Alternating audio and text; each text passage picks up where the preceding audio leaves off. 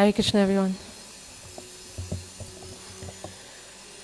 Jaya Radha Madhava Jaya Kunja Bihari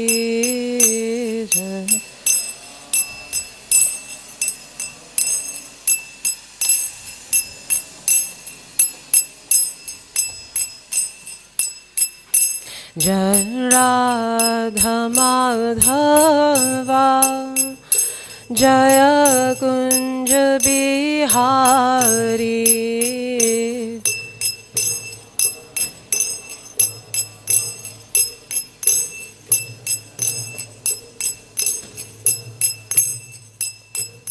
Jaya Gopi Jana Vallabha Jaya Girivaradhari Jaya Girivaradhari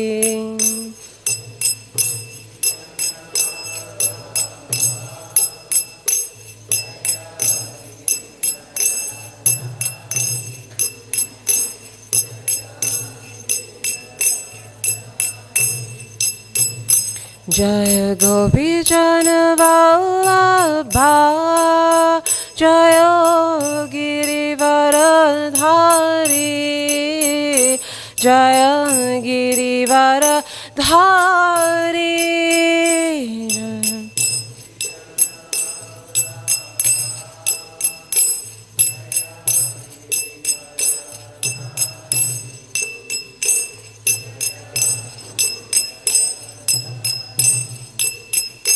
Jaya Yashodanandana Jaya Braja Janaranjana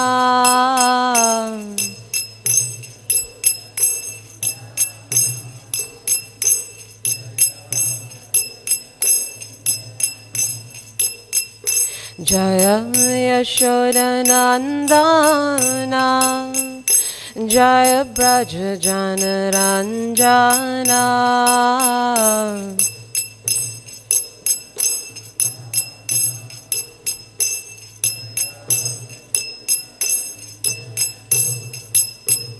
Jaya Jamuna Tiravanachari Jaya Kunja Bihari Jaya Kunja Bihari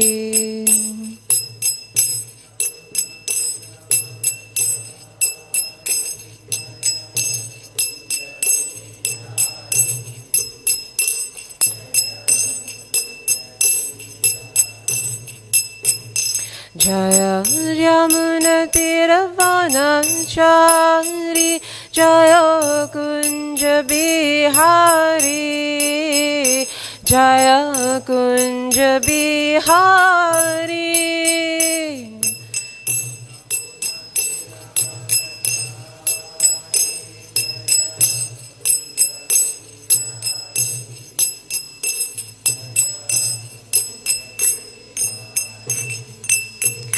Jaya Radha Madhava Jaya Kunja Bihari Jaya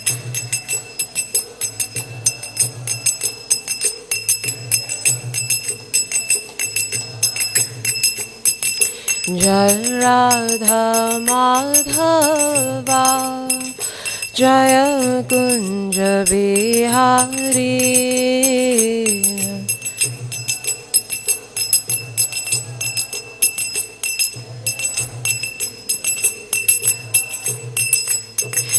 Jaya Prabhupada Jaya Prabhupada Jaya Prabhupada Jaya Prabhupada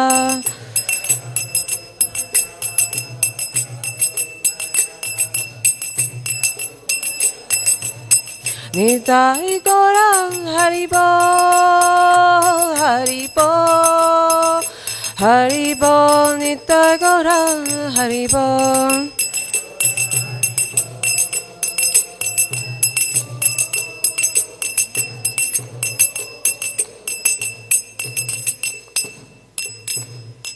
Shri Shri Radha Radhanath ki Shri Gaura Govardhan Hari ki, Shri Chaitanya Mahaprabhu ki, Srila Prabhupada ki, Shri Shinasai Gaur Premanandi.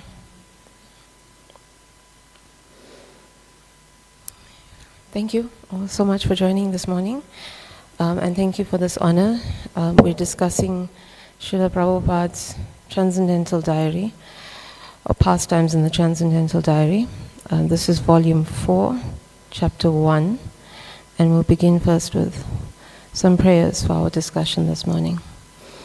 Om Jnanatimirandasya Jnananjana Shalakaya Chakshurunmilitam Yena Tasmai Shri Gurave Namaha Shri Chaitanya Manobhishtam Stapitam Yena Bhutale Swayam Rupa Kadamahyam Dadati Swapadantikam Nama Om Vishnu Padaya Krishna Prastaya Bhutale Srimate Bhaktivedanta Swami Niti Namine Namaste Saraswati Deve Gauravani Pacharine Nirvishesha Shunyavari Paschati Deshadarine.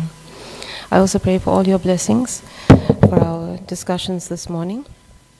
We're beginning on the 12th of August 1976 in Tehran, Iran. So Prabhupada didn't go to the park for his morning walk and discussions. He stayed in the garden of the place that he's residing in. And there's some nice fruit and flower trees, a pool, profusion of sunlight, and so Srila Prabhupada actually liked the setting very much. He commented that it was as nice as the park and better from the point of view that here we were not disturbed by outsiders.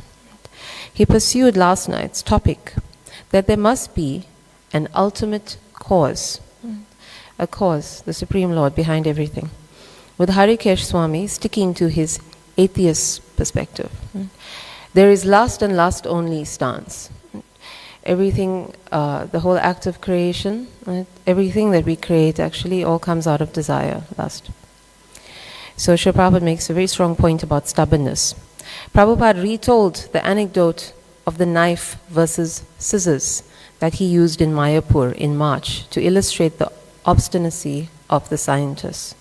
So there were two people arguing, one of course promoting knives over scissors, and the other person scissors over knives. The man supporting the scissors theory was thrown into the water by his stronger opponent. So the guy promoting scissors was thrown into the water. He was drowning, yet as he disappeared beneath the surface, his hand came up with his fingers moving together like a pair of scissors. We will want to be right, even at the plea of death. It's quite crazy, but this is a very strong sign of Kali Yuga. We'd rather die than be wrong. Yet, in another sense, Srila Prabhupada agreed that lust was the basis for everything in the material world. Jnana Gamya Prabhu had pointed out that lust is a perverted expression of love. Krishna is creating out of love, he said, and in the material world it becomes perverted. So in the material world, lust is the cause.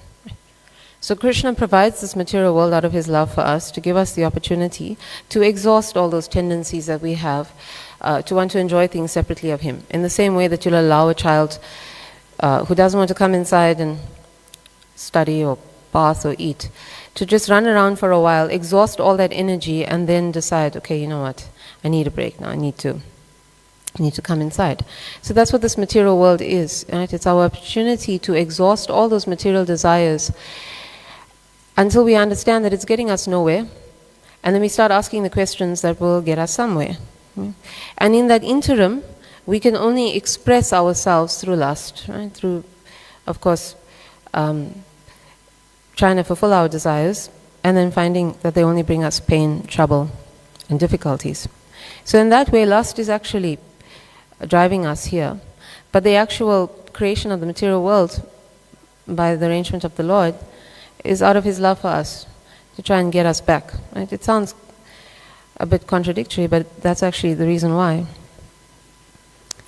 And Prabhupada agreed with that. Yes, in the spiritual world, what is love? That is in the material world, lust. Harikesh Maharaj grinned, right? Because Harikesh is taking the part of the stubborn atheist who says that this entire world is based on lust. then you agree with me. Right? So he still wants to be right, or he's demonstrating the stubbornness of those who still want to be right. Right? That lust is actually the foundation. Yes, you are right, Gyanagamya replied, but you do not understand where that lust is coming from. That lust is perverted from Krishna. Declaring Harikesh Swami's atheist again to be obstinate, Srila Prabhupada brought up another class of men who do not understand, and who don't understand this foundational idea of pure love driving everything. It is a perverted reflection of love. They say it is love. The Sahajiyas in Vrindavan, they have got connection with women. If you criticize them, say, why are you connected with illicit sex? Then their argument is, what is the wrong there? It is love. Right? So the atheist is saying there isn't God and there's lust. The Sahajiyas are accepting God, but they're using him to justify their lust. And they're calling it love. They're imitating Krishna. Most of them, they come to Vrindavan. Why Vrindavan? There are many other places. Right? Because in particular, in Vrindavan, Krishna demonstrates his original pastimes of love, which he can, not can only, but which he only expresses as the original Shyamasundar Krishna in Vrindavan. He doesn't demonstrate the deepest loving relationships he can have with his devotees, namely the gopis, in any of his other incarnations, or for that matter, of course, in any of the places that those incarnations reside in, right? So, like we know in South India, it's particularly Narayan form where the Swakya, or the marital bliss, predominates. The same in Dwarka, and, well, the same in Ayodhya, for example. But in Vrindavan, this is where Parikriya Ras predominates, right? Unwedded love. So we could wonder, if Krishna knows that there are people like this who are going to misunderstand these beautiful pastimes, why does he demonstrate them? So we could also ask, in a similar vein, why Srila Prabhupada gave us the descriptions of these pastimes in the 10th canto, or in Krishna book for that matter.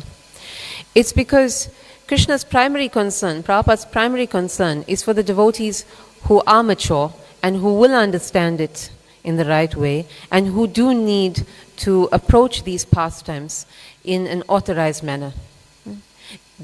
Krishna and Prabhupada are presenting it for those persons.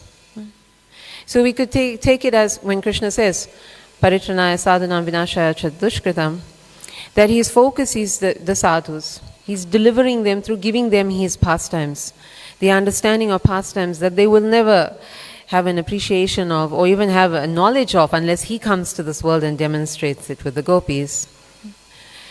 And in the same way, he's going to destroy the miscreants who want to imitate these pastimes. Actually, they're destroyed by the imitation. It's so sinful that it actually, as Prabhupada says, it's the cause of their destruction.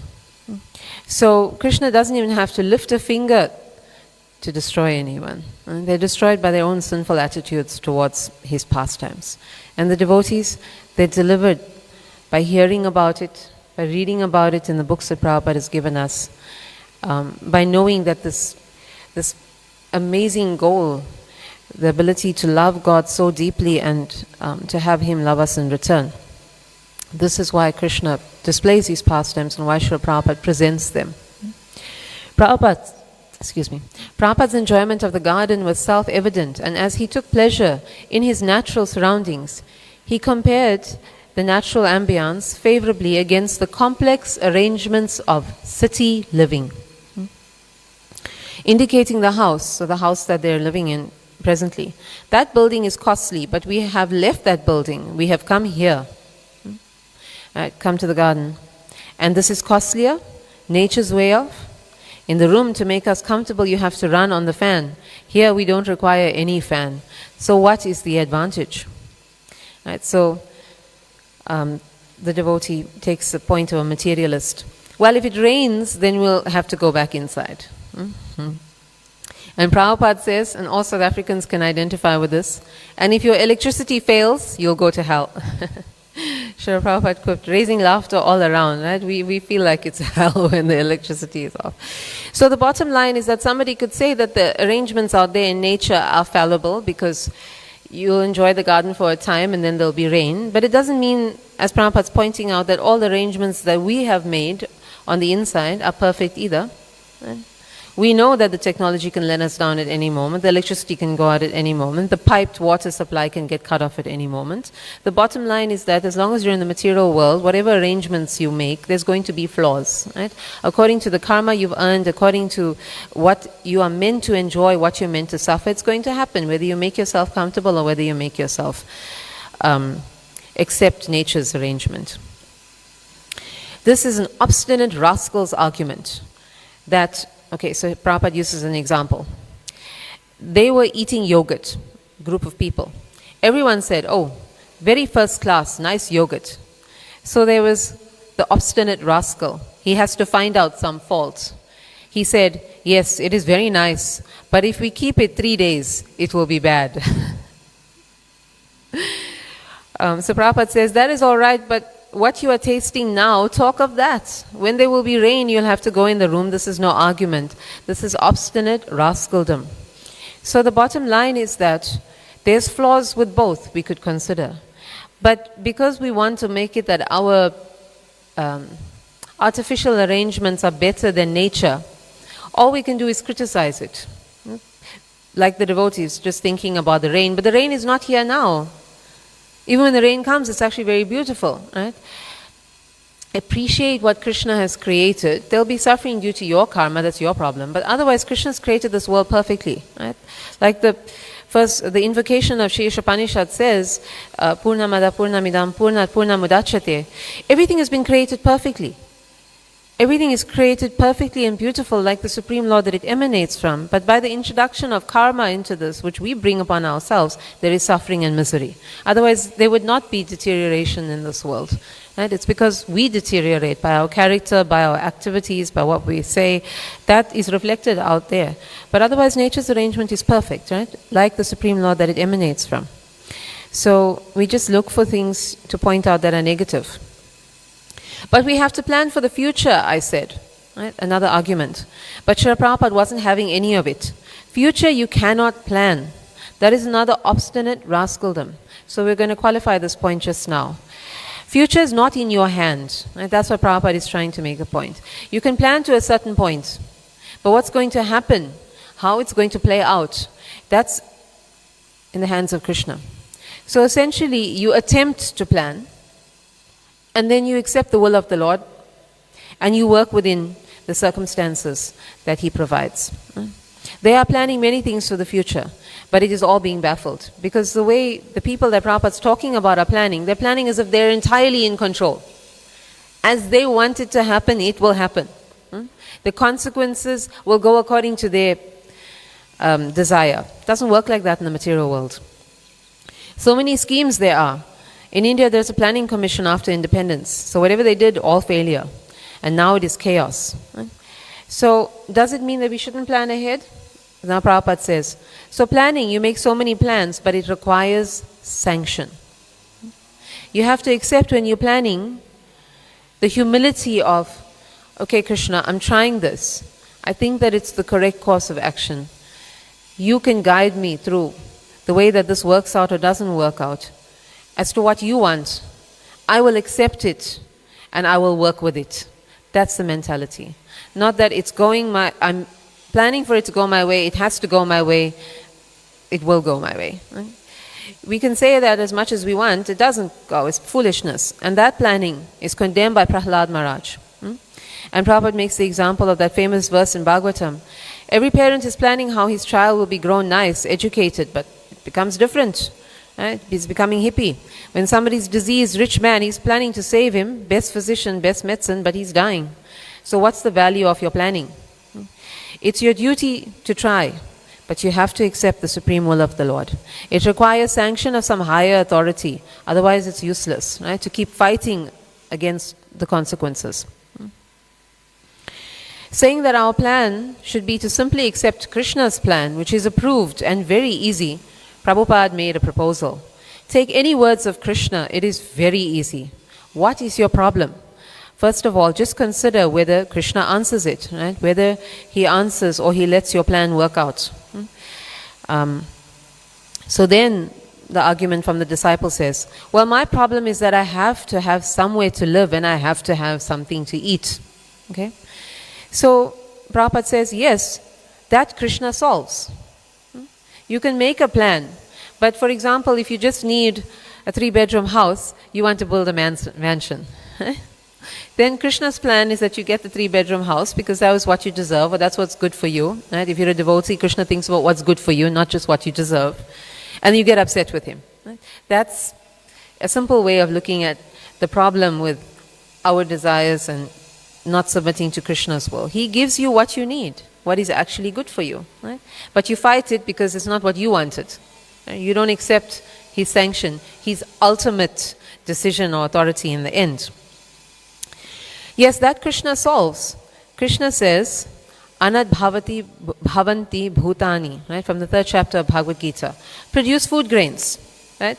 But later Srila Prabhupada says, our problem is we're not producing the food grains. You need food. The disciple was arguing on behalf of the materialist, I need shelter, I need food. You're not accepting the simple dwelling. You're not accepting to produce food grains. You want to produce, Prabhupada says, tires. Right? Or in another article, Prabhupada said, nuts and bolts. We have our idea of what is production or what we need. We're not going according to Krishna's idea. Krishna says, produce food grains. And he gives us the system in the 3rd chapter of Bhagavad Gita that if you sacrifice of your possessions, right, to engage in the service of the Lord, and if you're not yet at that point of devotional service, but at least you perform the sacrifice for the devatas, you will get in exchange the rains that will support your crops, that you can utilize primarily for your eating, to barter for other groceries and goods, and you'll be able to, from all your profits, build some nice dwelling and maintain yourself. Right? Prabhupada says there, or Krishna says there, that there's cooperation between the higher powers and you. Right? And that's where there's prosperity for the entire society. But we want to do things our way. So it's not that Prabhupada's trying to say, don't work. You have to work, he says, because it is material world. You cannot sit idly. Even if you're a very strong tiger, you don't expect that animals will come and enter your mouth. Right? You have to work for it. Suppose a lion, he's the king of the forest, and he says, it is my order. I'll sleep here and all the animals may come into my mouth. The animals will urine on his face. We're not going to accept your order. So it's practical that everyone has to work. Because essentially work is our punishment for wanting to come to this world. In the spiritual world, technically they don't work. Because everything that they do is service. There's a subtle difference between the two. Work in the material world is something we do that doesn't really bring us enjoyment, like Prabhupada says. It's very troublesome, it's not pleasing. In the spiritual world, they're doing the similar activities, but it's very pleasing. In fact, it's the highest bliss, Sev Ananda. Sev Ananda. But still, in the material world, you could say work here is perverted, like Krishna was saying, Prabhupada was saying that love here is perverted reflection. So work here is a perverted reflection.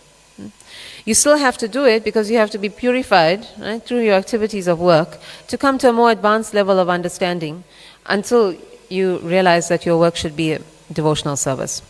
So work must never be given up. This is actually the bottom line of Bhagavad Gita. But the work, Prabhupada qualifies here. Your question is how Krishna is giving you instruction. So you have to work according to how he wants you to work. There's ways to work. There are many ways to work. There's many ways to build your dwelling. There's many ways to produce your food grains, right? But the right way to do it is the way that Krishna tells you to do it. Krishna says you produce anna, food grains. Krishna never said that you produce tire tubes. So then the argument comes from the disciple. But by the same example in the West, we weren't so materially prosperous until we started industrialism, right? Until we started producing tires, nuts and bolts. The prosperity was not there until we started our big factories. And then Prabhupada says, no, Just like in India, there was no industry at all until the British period. There was no industry, not a single. Right? Even in the Mohammedan period, there was no industry, and they were very happy.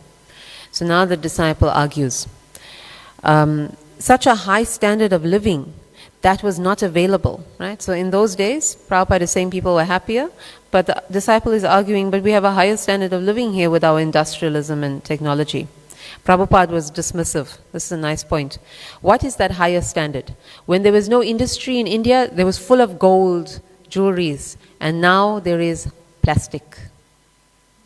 That is our advancement. In the material world, what we have right now is plastic and cheap metal. Everything is made of plastic and cheap metal. This is our advancement. This is what all the technology has given us. Right? You hardly have gold and jewels, anything. In fact, the gold we have is gold-plated. It's not gold. So this is technology. Just in a simple example, Srila Prabhupada actually brings down this entire so-called advanced society. So much endeavor. The worst part is all these plastic and metal things, they don't even last. And then what do they become? Waste for the environment. Piles and piles of waste because we actually can't get rid of it. Then the disciple argues, yes, but now there's TV. And 50 years later we could say the internet, Netflix, gaming. Prabhupada pulled a face. TV? Yes. We can imagine how he said that. The disciple says, how can you enjoy without TV? Yes. Srila Prabhupada said sardonically, how can you waste your time? So essentially that's what people are trying to do. Right? There's an understanding in psychology that people are actually, their greatest focus is how to be entertained. That's what everyone's trying to do. Shri Shri Radhanath ki, Shri Garaj Govardhan, Hare ki, Shri Chaitanya Mahaprabhu ki, Srila Prabhupada ki.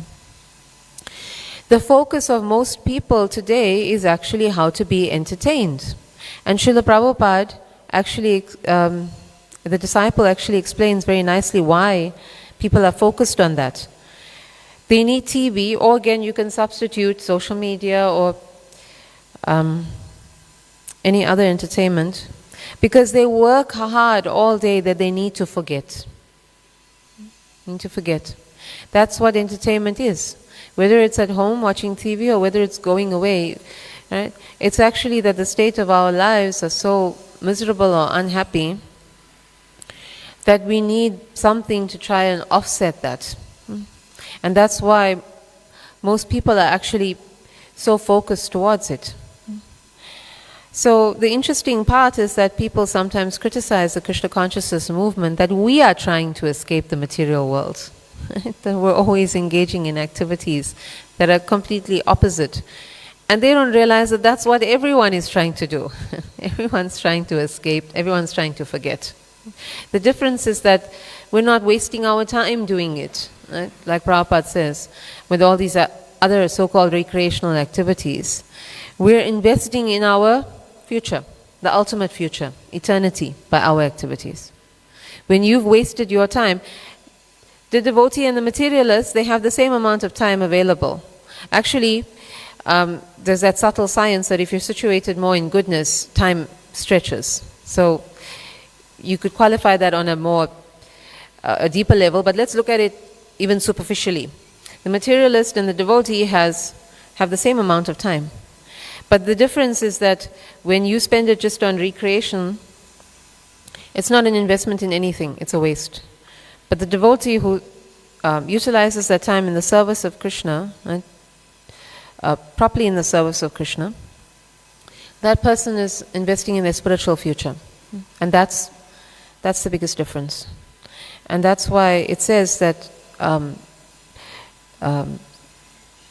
in the Srimad Bhagavatam that the devotee, the sun may be rising and setting and shortening the lives of everyone else, but for the devotee it's actually increasing. How? Because it's qualifying them more and more to attain the spiritual world, and that's spiritual mathematics.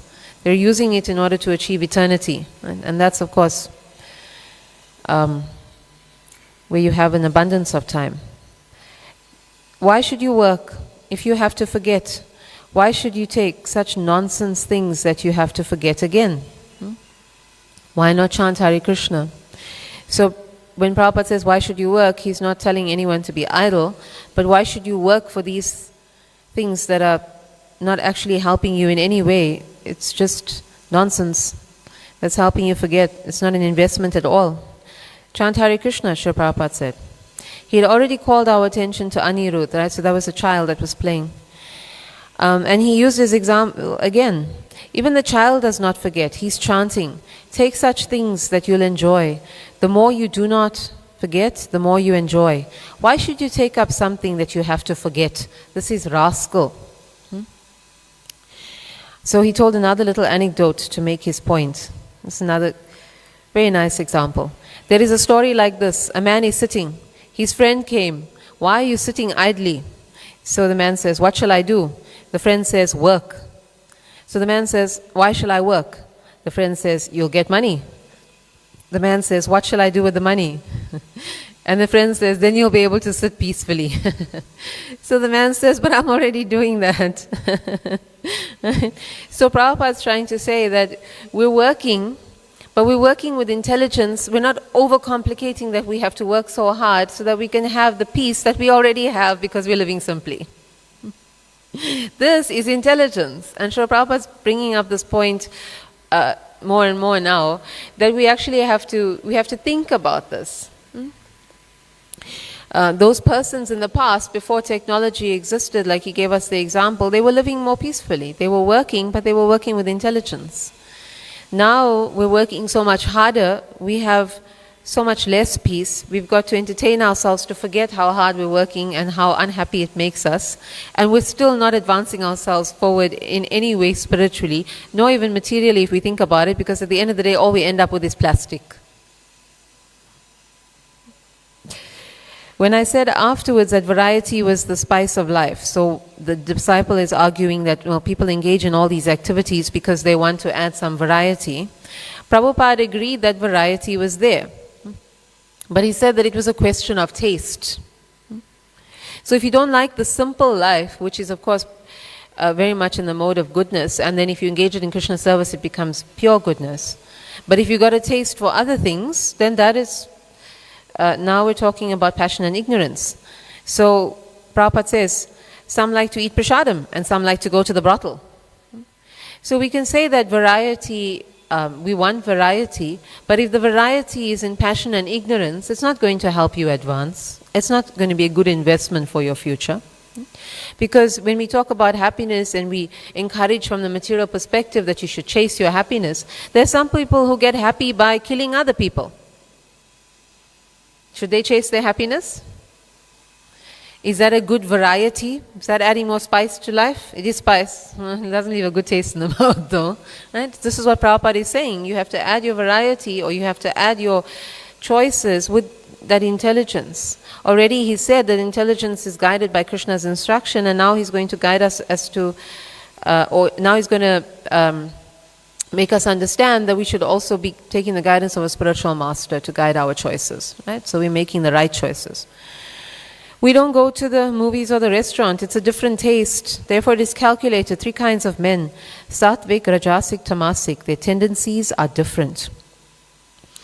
So Srila Prabhupada says that there are many items, but as far as devotees, he says, they do not smoke, they do not drink, they do not go to the cinema. Right? They have a higher taste. Prabhupada, or the disciple says, we're as good as dead. That's according to materialists, I said laughing. And Srila Prabhupada smiled, yes. So now this devotee Harikesh, he's thinking about this discussion about the 3 modes of nature. And he says, what happens to all these people who, like myself, they can't live on a farm?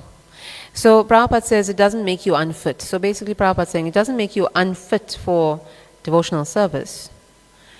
Prabhupada says you're just rajasic, but how you can become more fit for devotional service is that you have to be conquered by sattvic. So the bottom line is that if we're all situated in these different modes, right? Nobody is purely in goodness or even mostly in goodness anymore. But it doesn't mean that we can't advance. We have the basic and most powerful knowledge of Bhagavad Gita. And there Krishna very clearly explains what is Rajasic, what is Sattvic, Rajasic and Tamasic, so that you can be you can recognize where you are and then take his advice on how to be situated more towards goodness. Those descriptions are there in at least 3 chapters of Bhagavad Gita. We must use that knowledge. We use that knowledge to understand where we are and guide ourselves to where we need to be. And the devotees have an additional blessing and power in that they're chanting their activities of sadhana, and the grace that they get from pure devotees and association of good devotees gives them the power to be able to implement the changes towards goodness. Otherwise it's difficult. It's much more easier to choose in passion and in ignorance.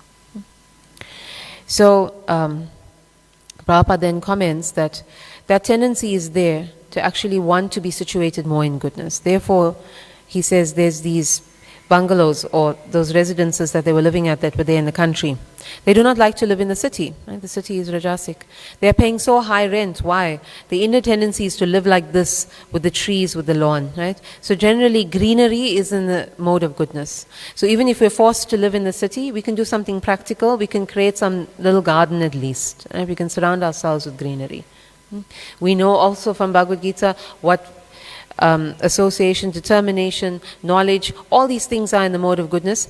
Try and work towards that. Right? They're very practical things that we can do. So then Prabhupada, he accepted 2 Iranian bhaktas, right? And he initiated them actually in a very informal exchange. He sat in a chair, they came forward, they promised to follow the 4 regulative principles. Prabhupada gave them names and beads, and there wasn't even a sacrifice. He didn't even ask them to shave their heads, although he asked them to shave their faces and cut their hair. He gave them the japa beads and gave them a short class. So the acharya, or the pure devotee, because we were talking about intelligence and being guided, so the pure devotee knows when and how to behave in all circumstances. He knows when an elaborate initiation ceremony is needed and when a simple ceremony will do. So in all decisions of life, until we develop the right intelligence, right, or we become situated more in goodness, basically that's intelligence, we should be taking guidance and instructions from these pure devotees, right, from the acharya, spiritual master. So then this devotee, Acharya Rishi, came back from work and he took Srila Prabhupada to the house that he's purchasing, and Srila Prabhupada gave him some ideas. Once again, the Acharya is giving some practical advice for starting businesses that would help the householders earn their income independent from karmis, those who are performing activities for their own sense enjoyment. Prabhupada offered to give him his toothpaste formula, right? He wanted to give Acharya Rishi the toothpaste formula.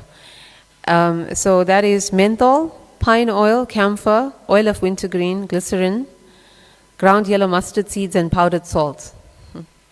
And now he suggested neem powder as a substitute for calcium carbonate. He told Acharya Rishi how he had cured a cut received from the car crash in Mauritius last year by applying a paste of neem leaves cooked in ghee, and suggested that neem could be imported from India. So this is a little example of how even though life was so much simpler previously, but they generally had good solutions for many things. Srila Prabhupada gave his disciples a lot of good advice and nice formulas like this that came from these very common sense societies. So another point we can get from this is that Srila Prabhupada wanted that the grihastas, they become settled nicely. They should be provided with some profession or business. So it's adding to that point that it's not that we don't work when we become spiritualists. We don't work unnecessarily. We don't work according to our own whim.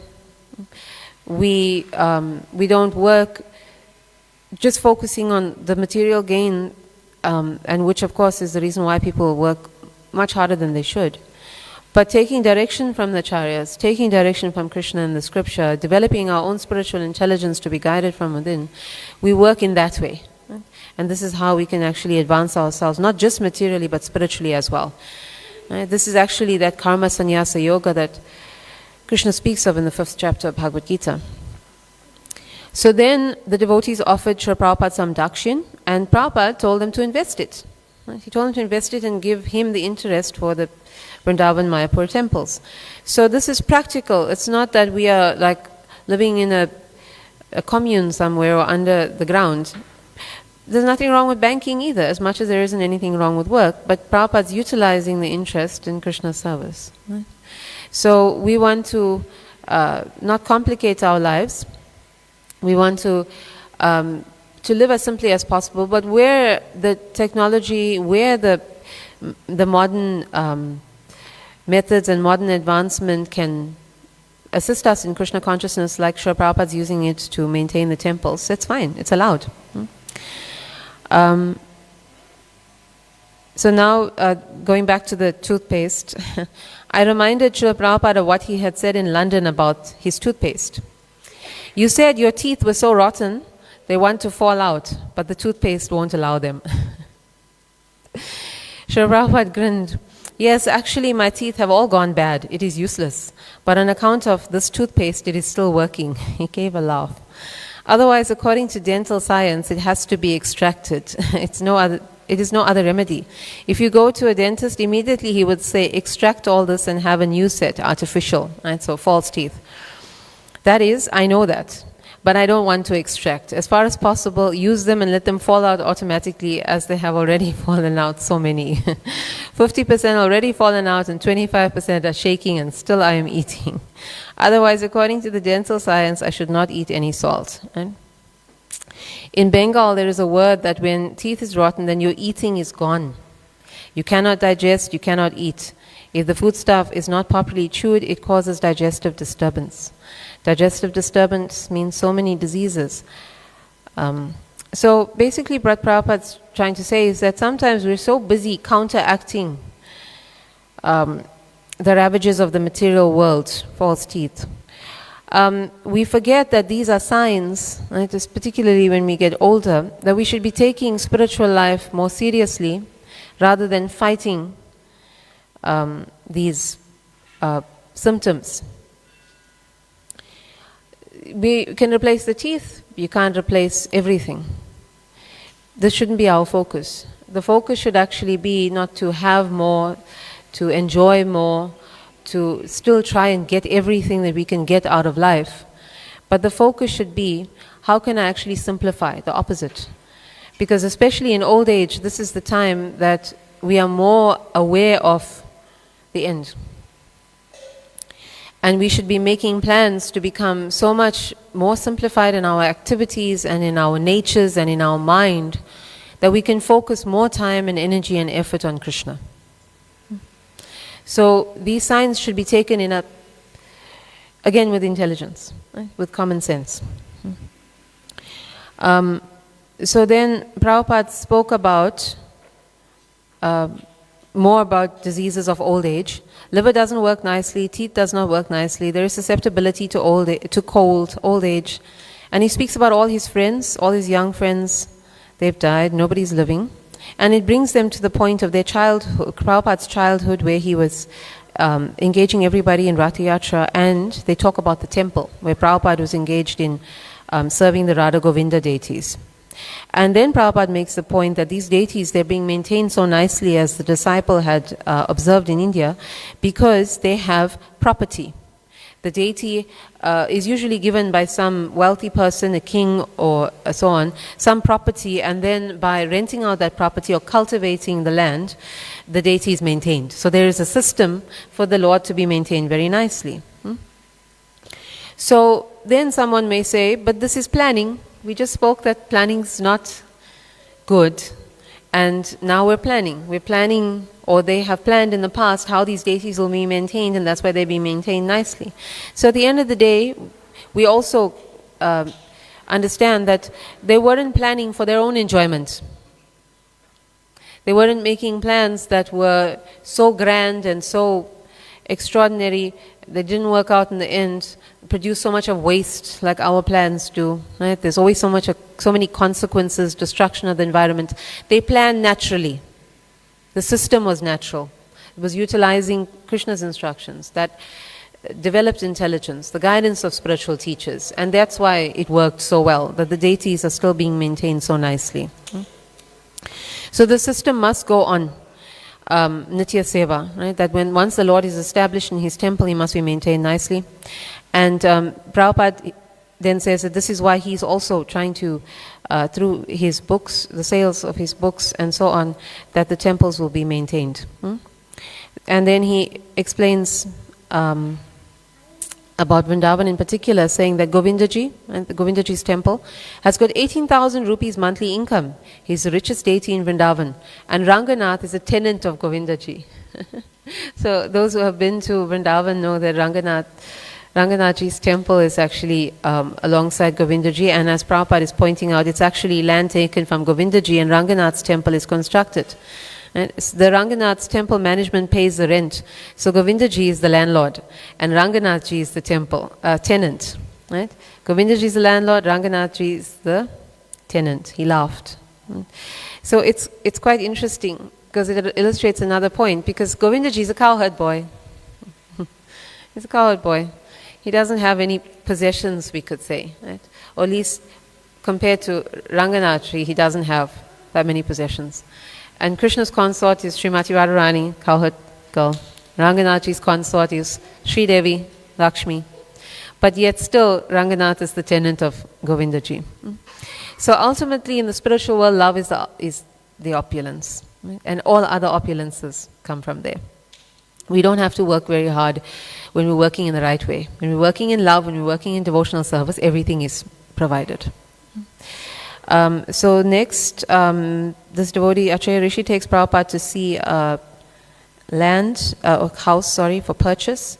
Prabhupada agrees. And he comments that actually there's a lot of Vedic culture left in Iran. There's actually Vedic culture, if we look hard enough, all over the world. But he makes a note that in Iran, it's actually, at the time, it was quite preserved. So then they talked a little in the car about preaching. Acharya Rishi said that some devotees think that he's too cautious, but Prabhupada reassured him with his comment, no, slow but sure, that is wanted. And yet we also know that in other places Prabhupada was pushing them, work faster, work for Krishna at least, or serve more. So this is once more another example of how the Acharya knows when the disciple should be pushed, when the disciple should take it slow. Right? The importance of taking instruction from the Guru. The Englishman Peter came in mid-afternoon and he asked some nice questions. One was about karma. Swamiji, if one does a good action, Prabhupada cut him off, speaking strongly. Oh, what is good? We were also talking about this. What's good for someone else is not good for everyone. How do you do good if you don't know what's good? Do you know what good action is? So the bottom line is we take direction from Krishna to know what's good and what's not. Or the spiritual master. Well, my question is about karma, whether you can dedicate the results of good karma to others. That's what he's trying to say. So there are examples in scripture of personalities who dedicated, they performed some fast, particularly there's a lot related to the Ekadashi histories. And, the citizens, for example, they did the Ekadashi fast, they gave the results to the king's family so that they could benefit in some way. So that's there. But the bottom line is that we don't know what's actually a good action, what's going to get us good karma, so that we can dedicate it to someone else in the first place. So what do? Prabhupada says, just dedicate your activities for the benefit by giving everything to Krishna. If you give everything to Krishna, using your intelligence and how to do that, getting the guidance from Krishna and the Gurus, then that's proper action. That will benefit the whole society. Just as one pours water on the roots of the tree and you put food in the stomach, if you have one rasagul, you must put it in the mouth for the stomach, not in the eye or the ear. We can't make it up. We can't make it up. We can't make up what is a good action. Sometimes you see it on forums when people are a bit confused about spiritual practices. Someone will say, just do what's in your heart. Do what you think is right. But then, who's judge of that? Who's going to be the judge of that? You don't know if you're going to be causing more harm by that action. We don't even know what's in our heart. Do what Krishna says. Then we know that the instruction, the activity will always be good. So next, Prabhupada has an evening discussion, darshan. It's the last darshan because he's leaving the next morning. And the disciple raises the point that sometimes people have the idea that they must reach a materially comfortable position before they can practice Krishna consciousness. That's very interesting. Prabhupada then says that they're thinking that Krishna consciousness is a luxury rather than a necessity. If you think it's a necessity, then you don't need to become materially comfortable in order to achieve it. But why the Indians? You find in India that millions of people go to Kumbh Mela with torn cloth. They're not waiting to become wealthy to go to the temple, right? Or to engage in spiritual activities, or to go to bathe in the rivers. They understand what is the priority in life. Right? Even if they're living very simply, they're making their focus spiritual advancement. Because if you make it material advancement, you're going to enjoy for only so much time. And as we said, all of eternity is stretching out in front of you and you don't know what's going to happen to you. So these persons, they may not have much, but they have the right understanding. After some time, Shahrazad made the observation that there seems to be very few spiritual masters, so genuine spiritual masters. And Prabhupada responded by quoting verse 7.3 from Bhagavad Gita. And that verse says that there are many persons, actually there are not many persons who are trying to be perfect, right? Most people are actually just trying to enjoy materially, right? And so few are trying to be perfect. And out of those few, hardly one knows him. That's why there are so few spiritual masters, genuine spiritual masters. False gurus, there are lots. So, very interestingly, the call to evening prayer resounded from the local mosque, and Srila Prabhupada asked Acharya Rishi to translate. And Acharya Rishi says, Allah, God is great, God is great, God is great. God is greater than can ever be described. I accept and witness that God is one and there is no other partner or any, and Prabhupada finishes, competitor. Acharya Rishi agrees, competitor to him. Then he carries on. I witness that Muhammad is the prophet of God, and Prabhupada says representative of God. And then Acharya Rishi says, I witness and accept Ali as Muhammad's representative. And Prabhupada clarifies who's Ali, and then the disciple says he's representative of Muhammad. So the important thing to note from here is that these principles are actually universal. Right? That God is great, that He has no other competitor, and that all spiritual teachers are His representatives. But what's interesting is that even though the Muslim people, Christian people, they're all praising God like this, Prabhupada says that they're not trying to understand or not trying to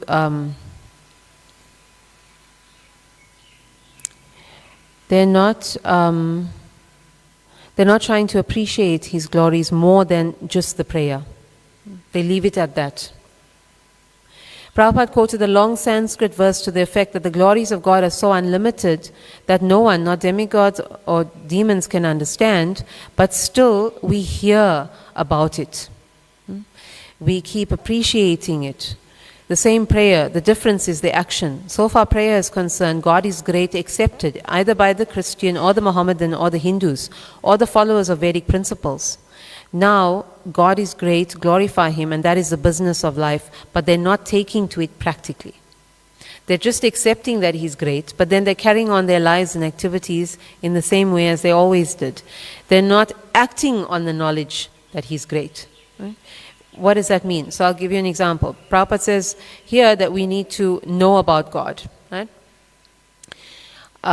So before 2023, I knew that His Grace Shri Prabhu had something to do with this development of Krishna consciousness in South Africa, but I didn't know exactly what he had to do with it. When I heard about what he had to go through to be here, right, knowing more about the risks he took and the things that he did to establish Krishna consciousness, it increased my appreciation so much more than just offering some respects from the distance. I actually grabbed my mother when we saw him in Vrindavan. I'm like, we have to offer him some service. And we suddenly, our appreciation for him was much more because we heard more about him. So we ran up to him. I don't usually run up to senior devotees, but I was impelled by what I had heard, but what I knew about his glories, basically. So that started off a very long relationship of service. So the bottom line is that hearing more and more about the glories of Krishna impels us to engage in his service. It's not enough to just know he's great. Like Prabhupada always says, you have to know how great he is. So the prayer is good. It's very good. It's expressing that God is great. But you have to do more than that. You have to get to know more about him, about his greatness, and then you have to engage in his service. That's how that prayer is translated practically into life. So then Prabhupada says that when they inquire about the greatness of God, to learn more about him, he requires a guru. So now it comes in. Right? Otherwise, who will answer his inquiries? Okay. Because people are not serious about inquiring how great God is, there are so many cheap gods. If you don't know the greatness of God, in that you don't know the criteria of what makes him so great, then anybody can claim to be God and you'll just accept it. Right? You have nothing to compare to. For example, the other day we were discussing the greatness of the Lord's bodily features. And something as simple as his navel looks like a lotus flower. It's very poetic, but it's literally like that. If you know that there's a standard, you can compare somebody else's description of God or person who claims to be God. And if they don't have these qualities, not just a navel but anything that scripture describes, you can immediately disqualify this person as a candidate. So that's the point. For example, Prabhupada is saying, we have got an idea, breathing period. Within a second, any of these gods, we are having 2, 3 breathing, means we're taking 2 or 3 breaths, right? But the breathing period of Mahavishnu, innumerable universes are coming out. Right? His one breath out is trillions of years. This is greatness. So one of the visitors comments that says that we should just have blind faith. So Prabhupada said, actually when it comes to Krishna, you can have blind faith or you can even question the faith, but at the end of the day, the answer will still be the same. Right? It's like gold is gold, whether you check it or whether you don't check it, if it's real gold. It's just the problem with our blind faith when we apply it to other people. Otherwise, Krishna, he doesn't mind being tested. You'll still find that he's the Supreme Personality of Godhead.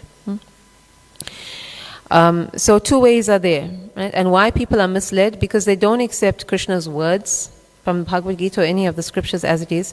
They give their own interpretation. That's the problem. The Bhagavad Gita is not going to lead you to Krishna, even with all your inquiries, if it's translated by the wrong person. So we have to follow Krishna's instructions, and those who, like Srila Prabhupada, have translated it. Mahajana yena gatasa panta. We are not manufacturing anything. Right?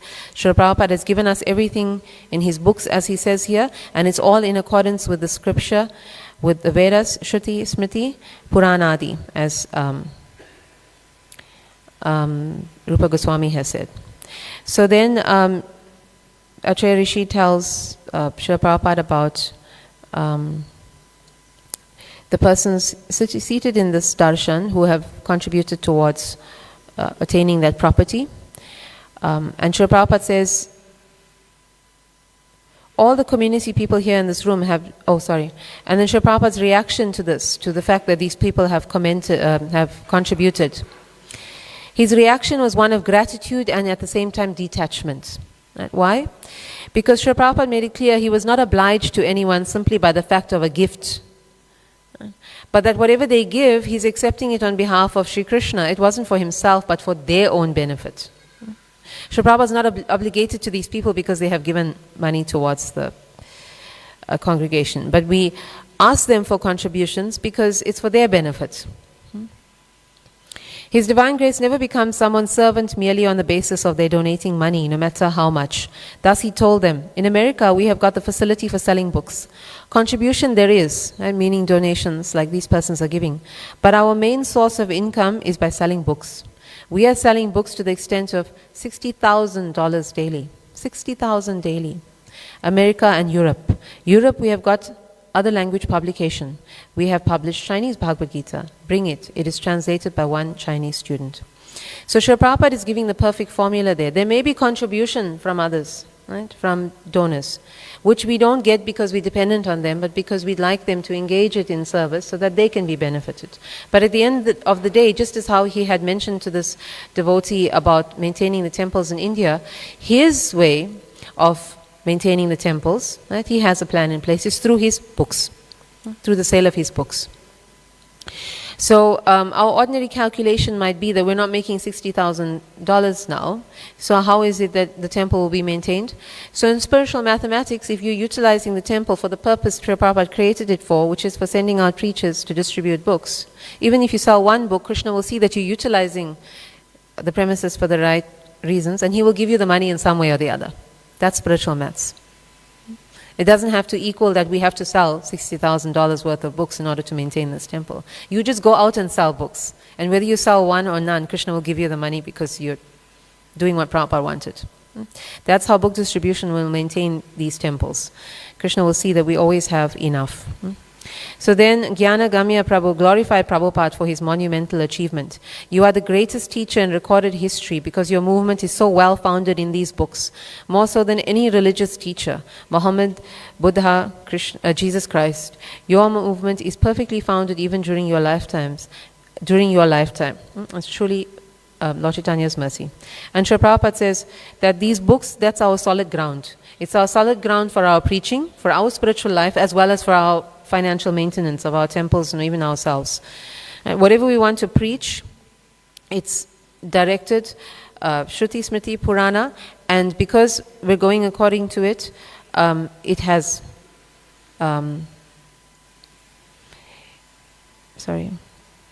you'll find that wherever Lord Chaitanya has said, he gives this Vedic evidence, and that's how we have foundation for whatever we're doing. Otherwise, everything else is a disturbance. So after this, Prabhupada took prasadam, and then he left around the next day for Bombay. So thank you so much. Srila Prabhupada ki. So technically we didn't go over because we only started at 24 minutes to. Are there any questions or comments, clarifications? Hare Krishna.